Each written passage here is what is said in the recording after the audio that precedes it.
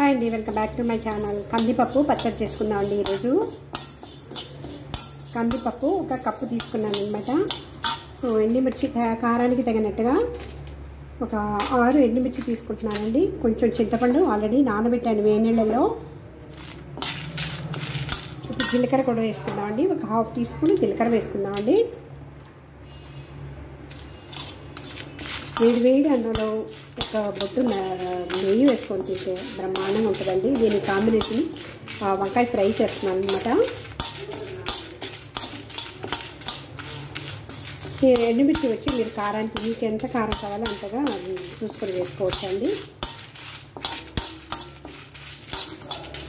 దూరగా వేయించుకోవాలి సిమ్లో పెట్టుకొని. చూడండి కలర్ కొంచెం చేంజ్ అయిపోయింది.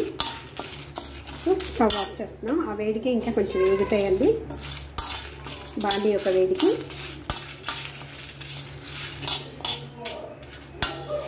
వెయిట్ చేద్దాము. కూల్ అయిపోయినాక చట్నీ చేసుకుందాము.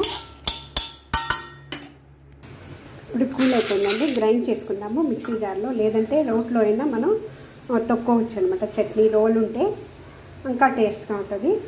సో మనం ఇప్పుడు మిక్సీ జార్లో వేసి గ్రైండ్ చేసుకుందాం. వాటర్ కొంచెం వేసి చింతపండు ఆల్రెడీ నానబెట్టాం కదండి, అది యాడ్ చేసి వెల్లుల్లి వేసి ఉప్పు వేసి గ్రైండ్ చేసుకుందాం. తగినంత ఉప్పు వేద్దామండి. వెల్లుల్లి 2 రెబ్బలు వేస్తున్నాను, అట్లాగే పచ్చిగా అనమాట. ఫస్ట్ ఇది జస్ట్ ఒక విస్పర్లో గ్రైండ్ చేసుకుందాము. తర్వాత చింతపండు యాడ్ చేద్దాము. చింతపండు నానబెట్టుకుంది, మనకి తగినంత పులుపు ఎంత కావాలో అంత వేసుకోవచ్చండి.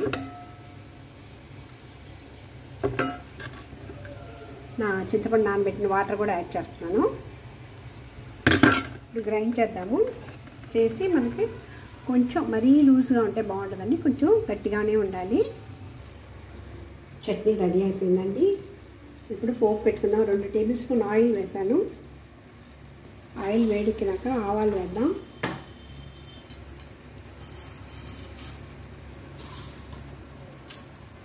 కొంచెం జీలకర్ర,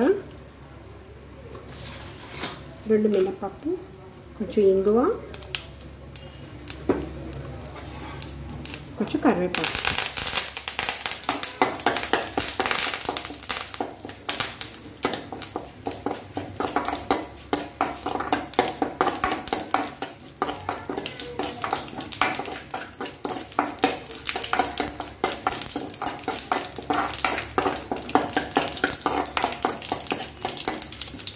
పోపు రెడీ అయిపోయిందండి. చట్నీలో వేసేద్దాం. చట్నీ రెడీ అయిపోయిందండి. పోపు కూడా వేసేసాము. రెడీ టు సర్వ్ అనమాట. మీరు కూడా ఒకసారి ఇలాగా ట్రై చేయండి. వేడి అన్నంలో వేసుకొని తింటే సూపర్గా ఉంటుందండి. దీని కాంబినేషన్ పొటాటో ఫ్రై కానీ, బ్రింజాల్ ఫ్రై కానీ, తర్వాత ఎగ్ ఫ్రై కానీ చేసుకుంటే సూపర్గా ఉంటుందండి. సో నేను ఈరోజు బ్రింజాల్ ఫ్రై చేస్తున్నాను అనమాట. సో మీరు కూడా ట్రై చేయండి. Thank you for watching. ఇంకొక వీడియోలో కలుద్దాం.